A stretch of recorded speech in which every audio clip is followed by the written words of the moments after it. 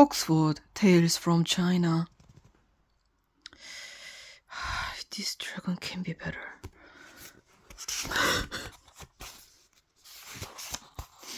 Okay. Ooh. Retold by Cyril Birch. Illustrated by Rosamund Farlow. Oh, this one is good. University Press. What year?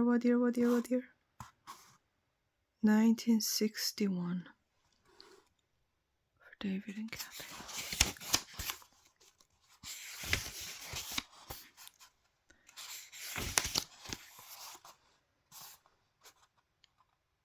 Heaven and earth and men. Earth with its mountains, rivers and seas, sky with its sun, moon and stars. Huh? In the beginning, all these were one, and the one was chaos. Nothing had taken shape, all was a dark, swirling confusion, over and under, round and round. For countless ages, this was the way of the universe, unformed and unillumined.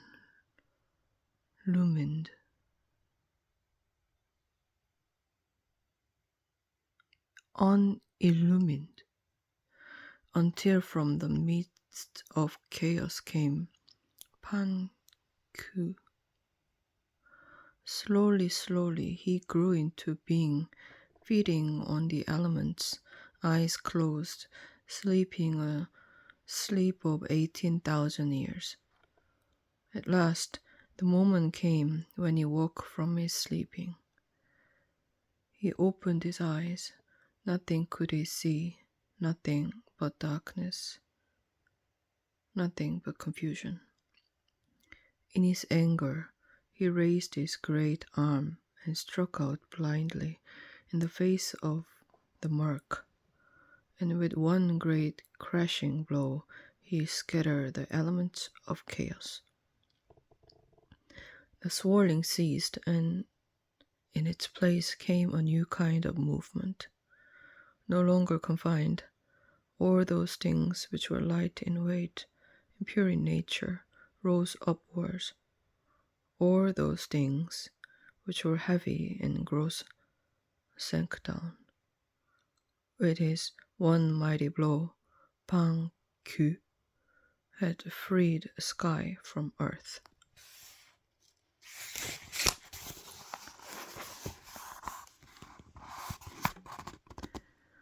Now Pan-Ku stood with his feet on earth, and the sky rested on his head. So long as he stood between the two, they could not come together again. And as he stood, the rising and the sinking went on. With each day that passed, earth grew thicker by 10 feet, and the sky rose higher by 10 feet, thrust ever farther from the earth by Pan-Ku's body, which daily grew in height by 10 feet also. For 18,000 years, more Pan-Ku continued to grow until his own body was gigantic, and until earth was formed of massive thickness, and the sky had risen far above. Thousands of miles tall he stood, a great pillar separating earth from sky, so that the two might never again come together to dissolve once more into a single chaos.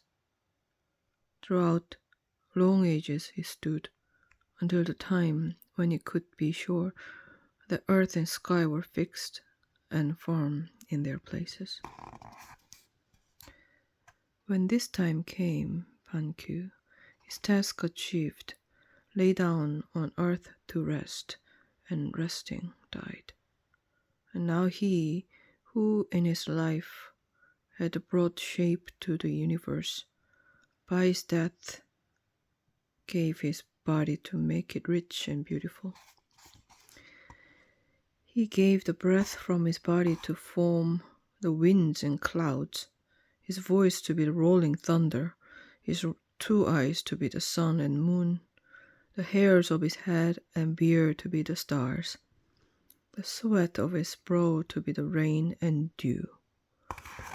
To the earth he gave his body for the mountains, and his hands and feet for the 2 poles and the extremes of east and west. His blood flowed as the rivers of earth, and his veins ran as the roads which cover the land. His flesh became the soil of the fields, and the hairs of his body grew on as the flowers and trees. As for his bones and teeth, these sank deep below the surface of earth to enrich it as precious metals. And so Panku brought out of chaos the heavens in all their glory, and the earth with all its splendors. But although the earth could now present its lovely landscapes, although beasts ran in its forests and fish swam in its rivers, still it seemed to lack something which would make it less empty and dull for the gods who came down from heaven to roam over its surface. One day the goddess Nykwa, whose body was that of a dragon but whose head was of human form, grew weary of the loneliness of the earth. After long thought, she stooped and took from the ground a lump of clay. From this she fashioned with her dragon claws a tiny creature. The head she shaped after the pattern of her own, but to the body she gave 2 arms and 2 legs. She set the little thing back on the ground, and the first human being came to life and danced and made sounds of joy to delight the eyes and ears of the goddess. Quickly she made many more of these charming humans, and felt lonely no longer as they danced together all about her. Then, as she rested a while from her task and watched the sons and daughters of her own creation go off together across the earth, a new thought came to her. What would become of the world when all these humans she had made grew old and died?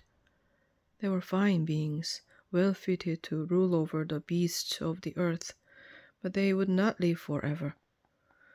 To fill the earth with humans, then when these had gone to make more to take their place, this would mean an endless task for the goddess. And so, to solve this problem, Nykwa brought together men and women and taught them the ways of marriage. Now they could create for themselves their own sons and daughters, and these, in turn, could continue to people the earth throughout the time. After this gift of marriage from Nykwa, further blessings came to men from her husband, the great god Fu Shi. He again had a human head, but body of a dragon.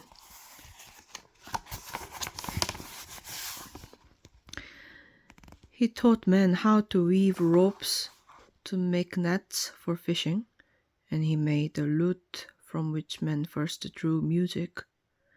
His also was the priceless gift of fire.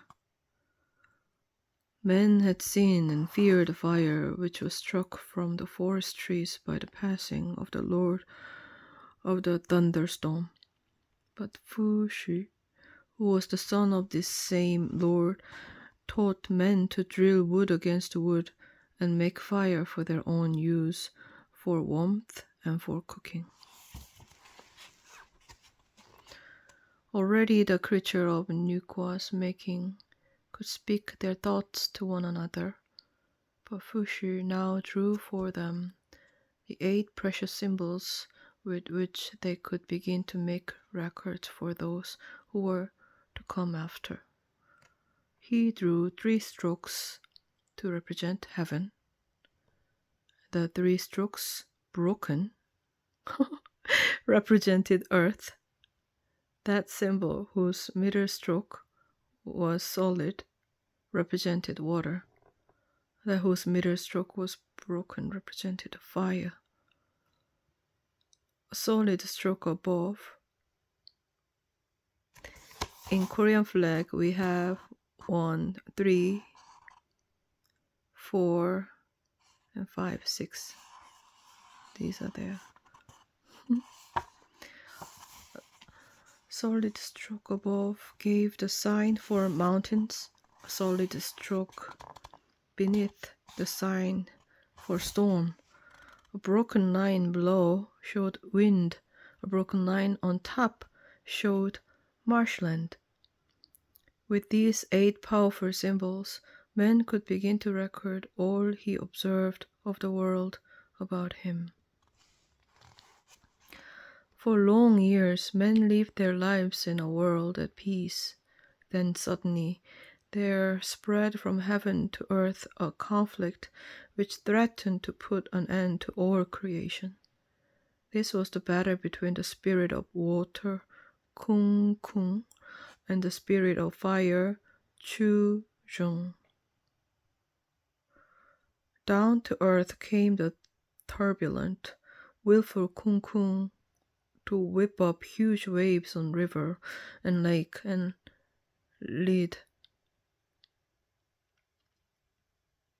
led his scaly hordes against his arch enemy, fire. Chu Zhong fought back with tongues of flame and scorching breath and halted the rebel, water in his path. Kung Kung's armies dispersed and he, their leader, turned and fled. But his flight brought with it a peril greater yet. For, dashing blindly off to the west, Kung Kung struck his head against the mountain Pu Chu Shan, which was none other than the pillar that in the western corner held up the sky. Kung Kung made good his escape, but he left the world in a disastrous state. Great holes appeared in the sky, whilst the earth tilted up in the west. In that region, deep cracks and fissures appeared which are still to be seen to this day. All the rivers and lakes spilled out their waters, which ran off and still run eastwards, off to the southeast, where the earth had slipped down low, ran the waters together to form a vast ocean there. Meanwhile, out of the shaken mountain forest, fire still raged forth, and wild beasts of every kind left their lairs to maraud through the world of helpless, terrified men. It was left to the goddess Nukwa to bring back order to the world, to quell the fire and flood, and tame the wandering beasts. She it was also who selected from the beds of rivers stones of the most perfect coloring. These she heated until they could be molded, then with these stones, block by block, she patched the holes in the sky. Lastly, she killed a giant otter and cut off its powerful legs to make pillars between which the skies firmly held over the earth, never again to fall. To the peace of the world was restored, but the mountains still rise in the west, than it is to there.